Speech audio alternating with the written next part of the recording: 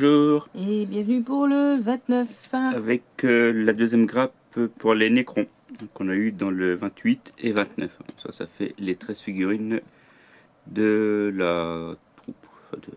Voilà quoi.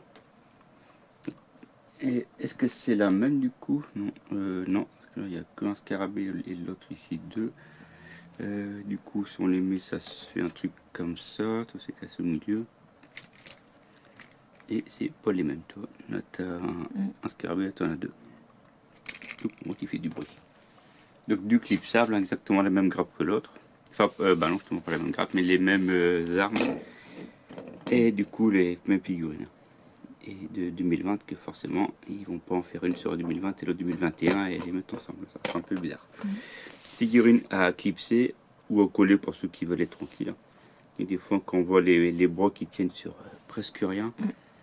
Évidemment, tu as le broc qui est, je sais pas si je vois en broc ici, là ici, tu le mets dans le corps, l'autre ici tient juste un tout petit point ici. Donc, des fois, ça tient sur pas grand chose. Donc quand c'est assez fin, des fois coller, c'est pratique aussi.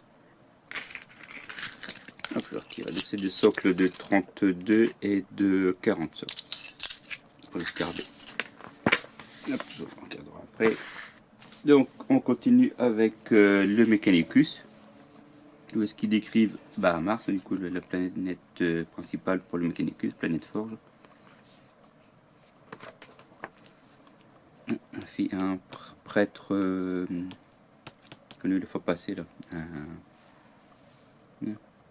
Les prêtres Mechanicus. Je sais plus le nom. Tu m'as acheté le petit puis le grand. Je sais pas le nom. J'ai un trou. C'est pas marqué dessus. L'Adeptus Mechanicus. Non, ça c'est les factions. Enfin bref. Là j'ai un trou. Ça c'est peut-être dans un des numéros d'avant. Ensuite le culte généstellaire. Donc je rappelle, le culte généstellaire, c'est un généstellaire qui atterrit sur une planète, il contamine un ou deux humains. Ouais. Et ensuite, ouais, j'en ai fait une vidéo là-dessus. Ouais, t'as fait une vidéo, elle est sur la chaîne, toujours dessus. Est-ce que tu expliquais tout leur topo, du coup, comment ça se passait. Et, donc au départ, ils sont assez généstellaires, ensuite petit à petit, ils deviennent plus humains, ils se camouflent dans la masse. Et la dernière génération, elle revient totalement à zéro, en étant généstellaire proprement dit, quoi. En fait, ils préparent la planète pour l'assaut des tyrannides, et lorsque les tyrannides arrivent, ils dévorent tout, même solo. Et après, ça vient de la biomasse et c'est réintégré dans les seins, directement. Et si on voit un aberrant, là, c'est un peu plus costaud, ceux-là. Puis une chef, là. Il y a des femelles, je crois qu'il y avait que des mâles. Non, il y a des femmes, si. Moi, dans les figurines que j'ai, non, j'ai que des hommes, mais ils ont sorti des femmes ici. Okay. C'est de plus en plus qu'ils sortent des femmes maintenant dans les différentes factions. Je croyais que les tyrannides de la ruche, il y avait que on va dire la reine mère un peu comme alien et que mais là c'est les généstellaires là. C'est les généstellaires, donc sur la planète, c'est pas vraiment les tyrannides proprement dit. Appui feu space marine. Donc là on a un éradicateur, les gros assez costauds. Donc on a les Hellblaster avec leur truc canon qui lance des plasmas et costauds. Escouade éliminateur, c'est un petit peu les snipers, ils se camouflent, puis ils ont un fusil sniper. Et les escouades agresseurs, eux c'est mode bourrin, hein, ils s'embêtent pas, et mode on défonce tout et on fait pas de la dentelle. On peut faire gros équipement, leur grosse armure, c'est une armure gravie ce qu'ils ont. Ils sont assez, ils s'embêtent pas, ils défoncent tout. Comment j'ai résumé les trucs. Face à l'essaim, là c'est un Blood Angel ça. Voici les. Ouais. Et je disais, il y a la V10 qui sort cet été.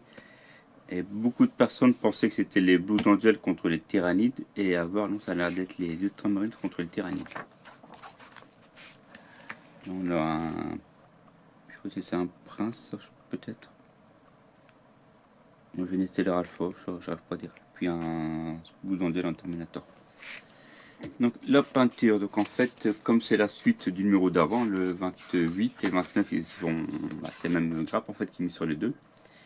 Du coup, dans le 28, on a l'assemblage et ici on a la peinture. Du coup, ça complète les deux. Donc exactement les peintures traditionnelles, hein, les sous-couches, les éclaircissements, les shades. On arrive ici. Je sais pas, la suite on aura une peinture adaptée au Necron, mais on l'a pas encore. On continue avec les règles. Donc là, c'est les dés, comme on fait les dés, dans lesquels on peut faire des relances, un dé à 6 faces, un dé à 3 faces, etc. La lecture des fiches techniques, donc les fiches récapitulatives des unités, comment on décrypte un petit peu tel et tel élément. Ici, on a notamment les fiches techniques de l'archiviste et de l'escouade agresseur, avec une explication de règles pour l'archiviste et pour les escouades. Le scénario, donc c'est la Valkyrie abattue. Et ça me fait penser ceux qui ont la boîte Battle pour Macrage, ils ont un vaisseau Valkyrie qui est abattu justement en maquette. Donc les Necrons, et là, ici on a le Psyker, évidemment. Voilà, l'archiviste. Donc l'arachnide canoptecte, c'est dur pour monter au fait, 6 nuées et 5 immortels, contre un archiviste et 3 agresseurs. Et pas beaucoup d'espace mal. Maintenant, lui, dans ses sorts, lui, ils sont en mode tank. Donc voilà, c'est faisable.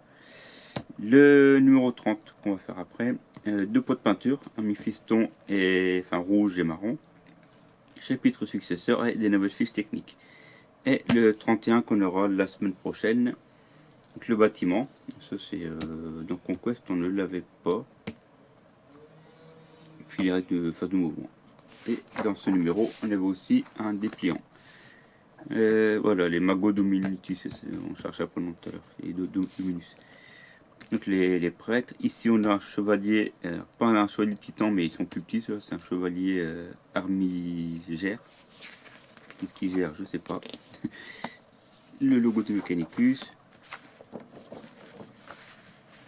Les gars de Sombre Roche, on a aussi un cétane là ici. Et non, c'est pas un cétane ça. Si. Je vois une figurine cétane celui-là. Un dépliant donc avec du Necron contre les Mechanicus. Ici les Necrons. Donc l'araignée. Non, c'est pas l'araignée ça, c'est les. Comme ça, clair couche. C'est pas les araignées ceux-là. Ils sont un peu plus hauts. Un techmancien. Ici, ah oui, en fait c'était comme ça la première feuille, puis après j'aurais dû faire après. Donc les deux factions, puis le petit résumé de la planète où ce que la guerre s'est passée.